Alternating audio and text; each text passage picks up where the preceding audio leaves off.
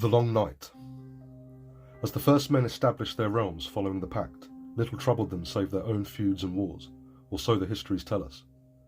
It is also from these histories that we learn of the Long Night, when a season of winter came that lasted a generation in which children were born, grew into adulthood, and in many cases died without ever seeing the spring.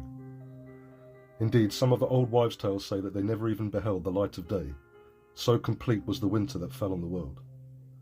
While this may well be no more than fancy, the fact that some cataclysm took place many thousands of years ago seems certain. Lomas Longstrider, in his Wonders Made by Man, recounts meeting descendants of the Rhoynar in the ruins of the festival city of Croyane, who have the tales of a darkness that made the Rhoyne dwindle and disappear, her waters frozen as far south as the joining of the Selru. According to those tales, the return of the sun came only when a hero convinced Mother Rhoyne's many children, lesser gods such as the Crab King and the Old Man of the River, to put aside their bickering and join together to sing a secret song that brought back the day. It is also written that there are annals in Ashai of such a darkness, and of a hero who fought against it with a red sword. His deeds are said to have been performed before the rise of Valyria, in the earliest age, when Old Gis was first forming its empire. This legend has spread west from Ashai, and the followers of Rihilor claim that this hero was named Azor Ahai, and prophesy his return.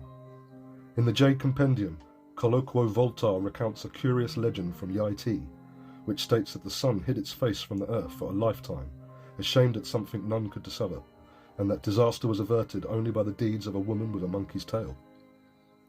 However, if this fell winter did take place, as the tales say, the privation would have been terrible to behold.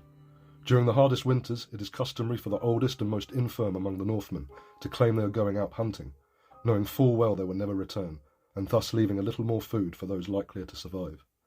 Doubtless this practice was common during the Long Night. Yet there are other tales, harder to credit and yet more central to the old histories, about creatures known as the Others.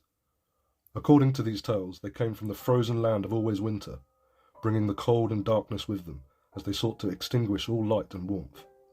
The tales go on to say they rode on monstrous ice spiders, and the horses of the dead, resurrected to serve them, just as they resurrected dead men to fight on their behalf. How the Long Night came to an end is a matter of legend, as all such matters of the distant past have become. In the north, they tell of a last hero who sought out the intercession of the children of the forest, his companions abandoning him or dying one by one as they faced ravenous giants, cold servants, and the Others themselves.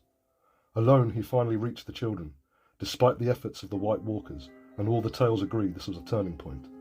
Thanks to the children, the first men of the Night's Watch banded together and were able to fight, and win, the battle for the dawn, the last battle that broke the endless winter and sent the Others fleeing to the icy north.